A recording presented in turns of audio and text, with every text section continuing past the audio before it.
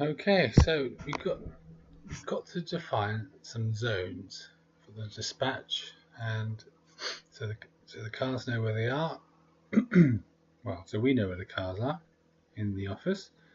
Now this is where the zones go. We've only got two at the moment. That they come predefined, which is just undefined and on break. So if you haven't got any GPS or anything like that, or no zones defined, then everyone will be undefined. So what we need to do is add some zones. This is how you do it. You come over to admin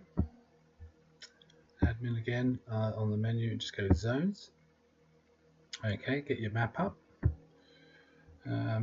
Make it a reasonable size. It's a really good idea to have a high definition monitor you're working with, something like 1920 by 90 or whatever it is. High definition. Okay, stick that over there. Now, this is our area. I'm just going to define a couple of zones. Tell you what, let's resize this. Okay, and I'm just going to zoom in a bit. There you go. Right, so I'm going to define the first zone. So to do that, I come over to here, right click on there and add new zone. And I'm going to call it town. Actually, I'm going to call it ferry, because there's a rank down here, okay, that waits for the ferries to come in. Okay, a bit like a railway station, when the cars wait outside for the the trains to come in. And in Gosport, we've got a rank down there, and the cars wait down there for the ferries. They don't particularly like going off the rank when the ferry's due, on a phone. So what you can do is define a little area down here for that rank. So when they go into it, you can have a special sort of what the dispatch won't necessarily send them on a job that's out of that little ferry area. Okay, if you want. So. Okay, now that is the zone name, ferry it's called. The lead time is the amount of minutes before the booking time that the job will go out. So if you've got a job at 10 o'clock and it's lead time set to 10 minutes, it'll go out at 9:50. If you set that to 5, it'll go out at 9:55. If you set it to 0, it will wait to the booking time, which is probably a mistake. So set it to 10 minutes. The ML, well, that's to do with the maximum lead time, which is to do with the dispatch. Don't worry about that at the moment. Just set it for 10. Yeah, they're not core. Means it's not in your core area. Gosport would be, say, for instance, our core area. But if you're going out of town towards Fareham or Stubbington, you might do jobs up there quite frequently, but it's not really your core area. Okay, and that's what that means. So obviously the ferry area that we're defining now is in your core. It hasn't been defined yet, and OOA means it's out of area. That'd be completely out of your area. So for instance, Gosport, out of area maybe Porchester or QA or something, completely out of your normal area. So let's define the ferry zone. I'm only going to do it roughly.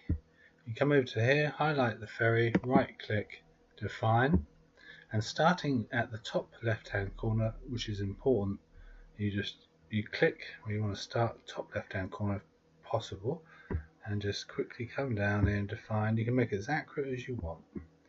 And it doesn't matter if you're going to the water, because hopefully your cars won't be in the water. And then when you've finished, you just do what I did. I went through a bit quickly and I just push the join button, and that's your Gosport area, or your ferry area defined. I'm just going to do another one. Okay, come over here.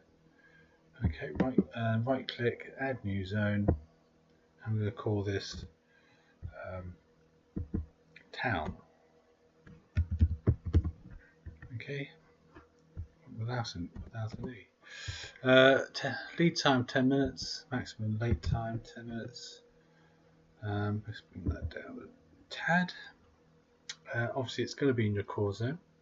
Now, you want it to butt up to this one. Okay, you don't want any spaces in between these zones. Otherwise, if a car connects when it's in one of these spaces, it will go undefined.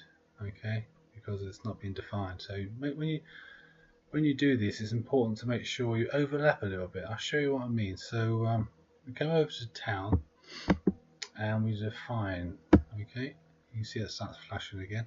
And we'll start at the top left hand corner. I'm just going to do it roughly, it's not important. Oh, yeah, start there and just go there, there, there, there, there, straight through the bridge and up to there.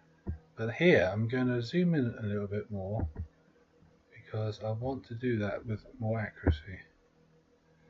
Okay, and you can zoom in as much as you want.